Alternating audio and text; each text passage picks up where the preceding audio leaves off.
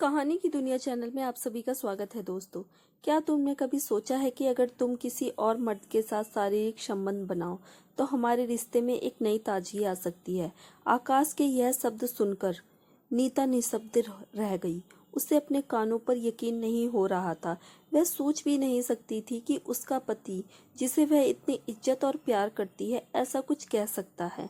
नीता ने पहले इसे एक मजाक समझा, लेकिन जब आकाश ने इस बात को गंभीरता से कहना शुरू किया तो वह असमंजस में पड़ गई। आकाश ने यह भी कहा, मैं तुम्हें किसी और मर्द के साथ देखना चाहता हूँ। यह हमारे रिश्ते के लिए एक नया अनुभव हो सकता है। नीता के लिए यह सब बेहद चौंकाने वाला था। वह इस तरह के विचारों के बिल्कुल विपरीत सोच रखती थी। उसके संस्कार और उसके मूल्यों ने उसे सिखाया था कि शादी एक पवित्र बंधन है जिसमें वफादारी सबसे महत्वपूर्ण होती है। इन शब्दों से नीता का दिल टूट गया था। वह यह सोचने पर मजबूर हो गई कि आकाश ऐसी बातें क्यों कर रहा है। क्या उसे मुझ पर प्यार नहीं? क्या उसे हमारे रिश्ते में कोई कमी महसूस हो रही है? क्या मैंने उसे खुश नहीं रखा? ये सभी सवाल उसके दिमाग में गूंज रहे थे। कुछ दिनों बाद नीता ने हिम्मत जुटाई और आकाश से इस बारे में सीधा बात करने का फैसला किया। उसने उससे पूछा, तुम ऐसा क्यों चाहते हो? क्या हमारी शादी में कुछ कमी है?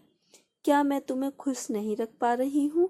आकाश ने शांतिपूर्वक जवाब दिया, ऐसा कुछ नहीं है नीता, मैं तुमसे बहुत प्यार करता हूँ, लेकिन मुझे लगता है कि हमारे रिश्ते में कुछ नया और रोमांचक होना चाहिए।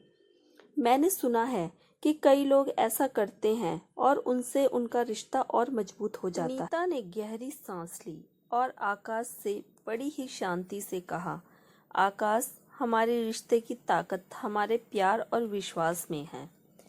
जो तुम मुझसे कह रहे हो वह हमारे रिश्ते को कमजोर कर सकता है। मैं तुम्हें कभी धोखा नहीं दे सकती और चाहती हूँ कि तुम भी मेरे प्रति उसी तरह से वफादार बनो। हमारा रिश्ता दूसरों की सोच पर नहीं, बल्कि हमारी अपनी आपसी समझ और इज्जत पर टिका होना चाहिए।